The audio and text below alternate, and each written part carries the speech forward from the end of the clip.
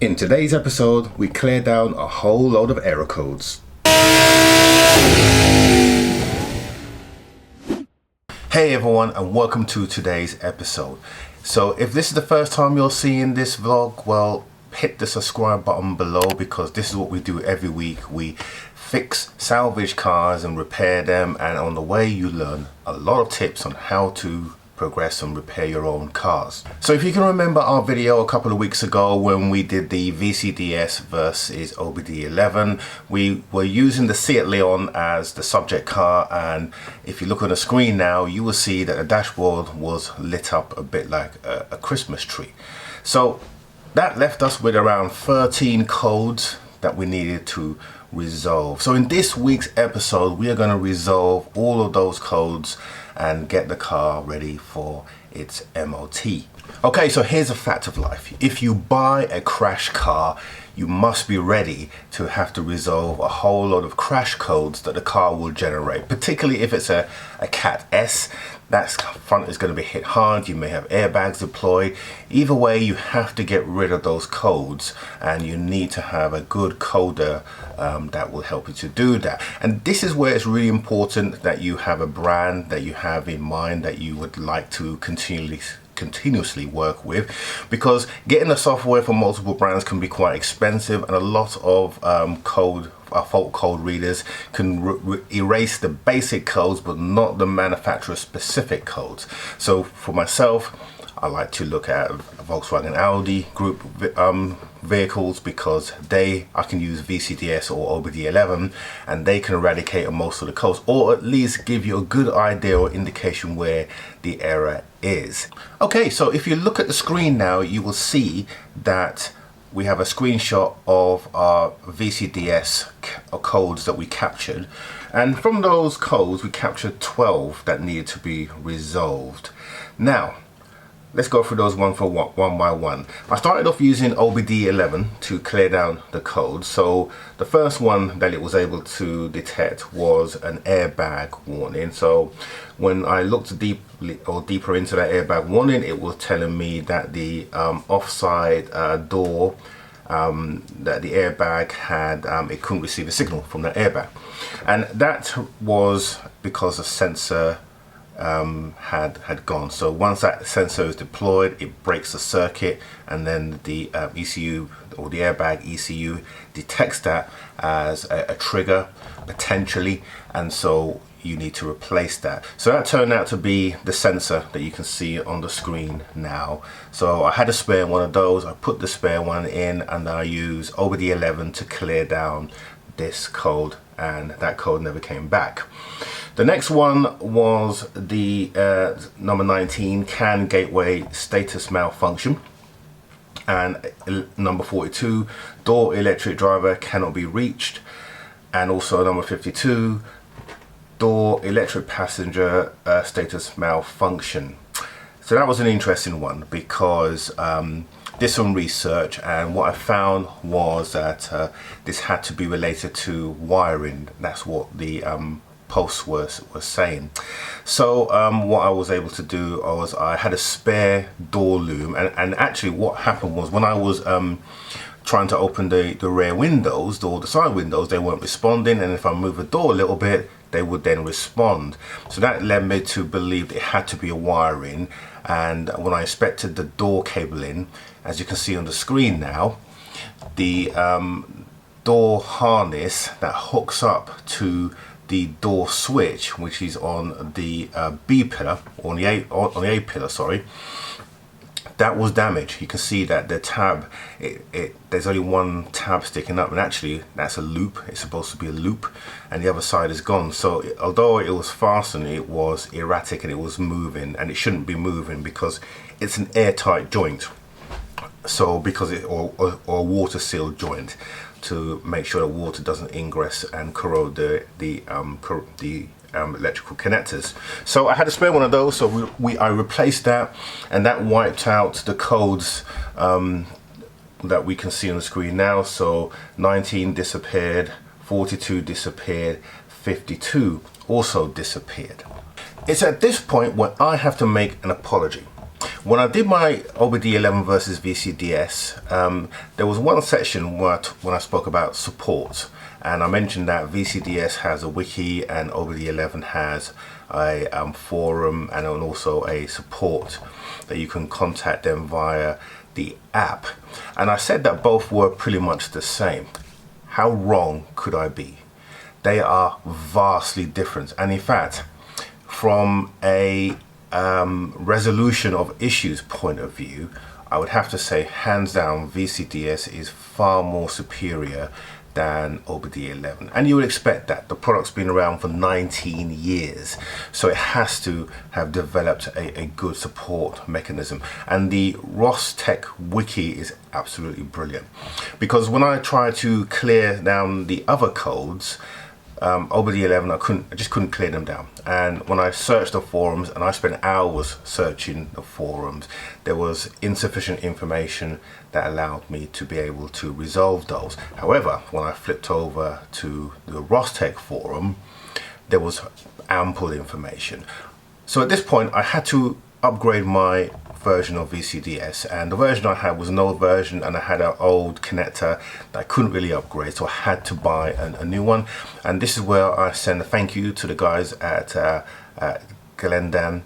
They did a fantastic job. They overnighted a new connector to me, and it was there next day, and they've added some additional instructions, it seems, to in order for you to be able to set it up. So I'm running the latest version, and I needed this so I can do the steering, and that's quite important because the steering angle affects so many different sensors. So let's just watch that being resolved, and then we'll talk about that in a second.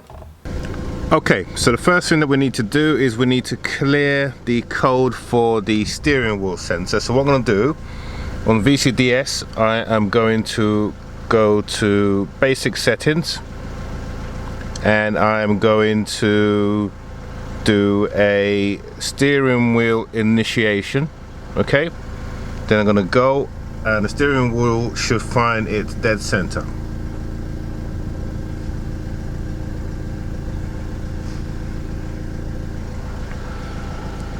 And that's now finished. So if we run our fault codes, no fault found. Excellent. So that's one problem that we fixed. And the error light has gone in the dash as well. Brilliant. Now here's an interesting thing.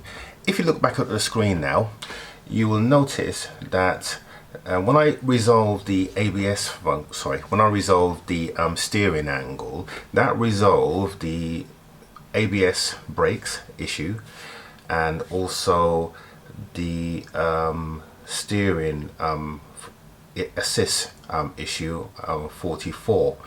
And the reason why is because what you find on a modern day car is that a lot of things are interconnected.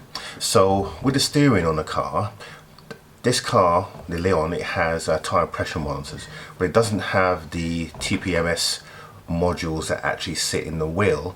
What it does is it uses the speed of the wheel's rotation to measure the tire pressure.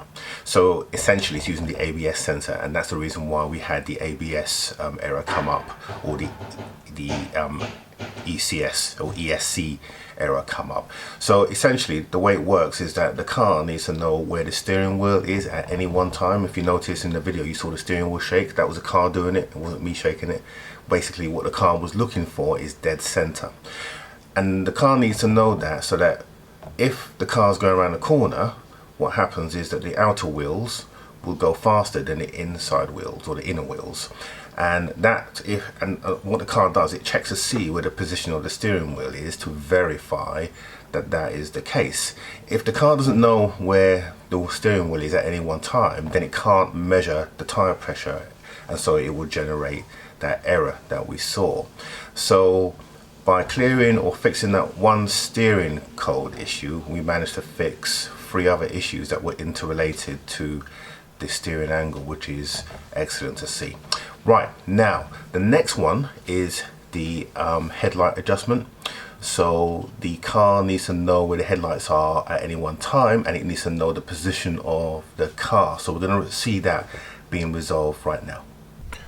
Okay, so for the next one, we're going to resolve the headlamp error. So the headlamps are basically don't know what their basic settings are. So we go into actually I'll take you from the beginning. You can see where we go. So what we do is, this is section 55 headlamps. We go into basic settings down here and we click onto basic settings, and then what we do is we then click on basic headlamp settings and we click go, and then it goes through and finish that, and then it goes back. So if we go back now, and then that should be all reset. Actually it's not, so we're going to try that again. So if we do a fault code, missing basic settings, right, so let's go and do that once more. So go into here, let's click on basic settings for headlamps, click on go, and then it's telling me that it's completed that, and that should be done. So just to confirm that now, if I now go and look into fault codes, I see that there is no faults in there, so I can click done. And if I turn the ignition now on and off and turn it back on, I should now see that I don't get the error code warning come up for the headlights, and indeed I don't. So I now just got the loss of pressure and the change of battery, which is an easy one, and the DPF. So yep, we're getting through these codes. So next we're going to take a look at the tire code error. Actually, before we go into the tire pressure error, let's just rerun these codes, because we've made a number of fixes on this since we've done this. So I think it will be good for us to run this again. So I'm going to close this, I'm going to run auto scan again, and I'm going to click on start, and let's see what codes it finds this time. So I may speed this up just to get through the process quicker.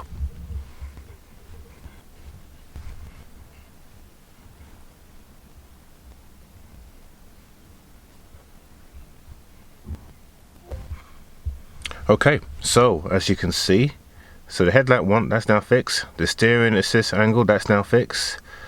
So we've got the engine one, which is the DPF, and now we've got our ABS brakes. Well, it's not actually ABS, it's the ECS system.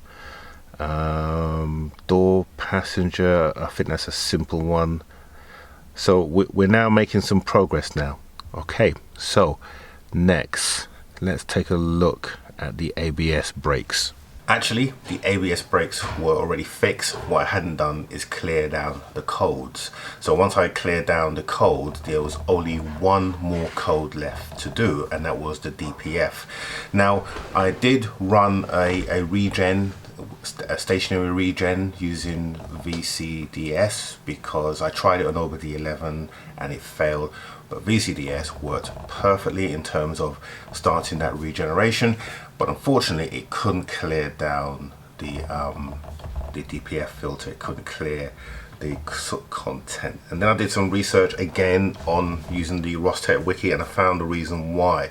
So if you look on the screen now, you would see a report that I ran on VCDS, and what it was showing me was that the particle filter soot mass calculated, so that's how much soot there is in the DPF, was 59, was almost 60%.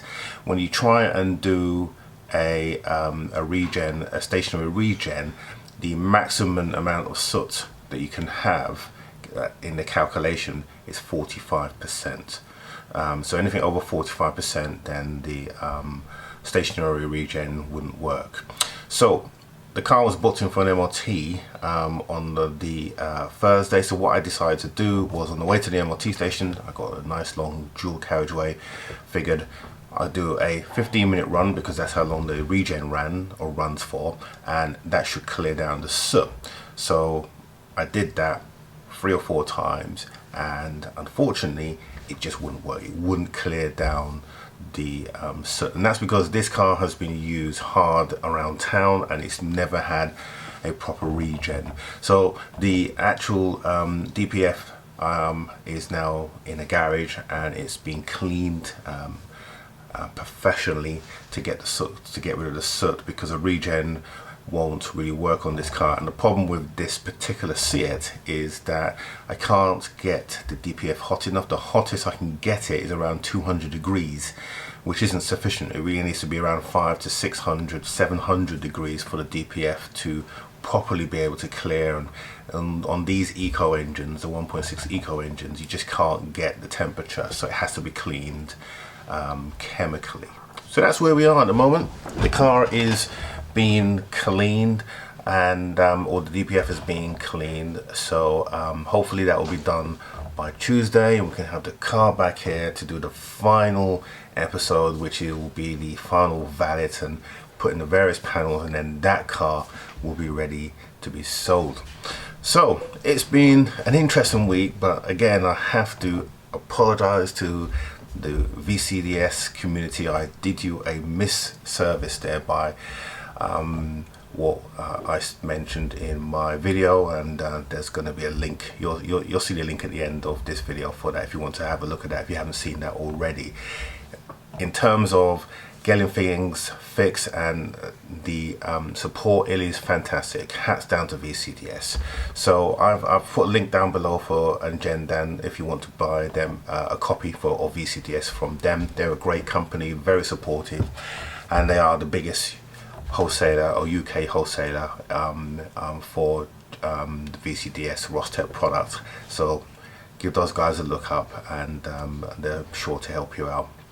So that's it then. So next week we're going to be, actually next week we're going to Copart, because I'm looking for the next project, and you're going to be able to help with that.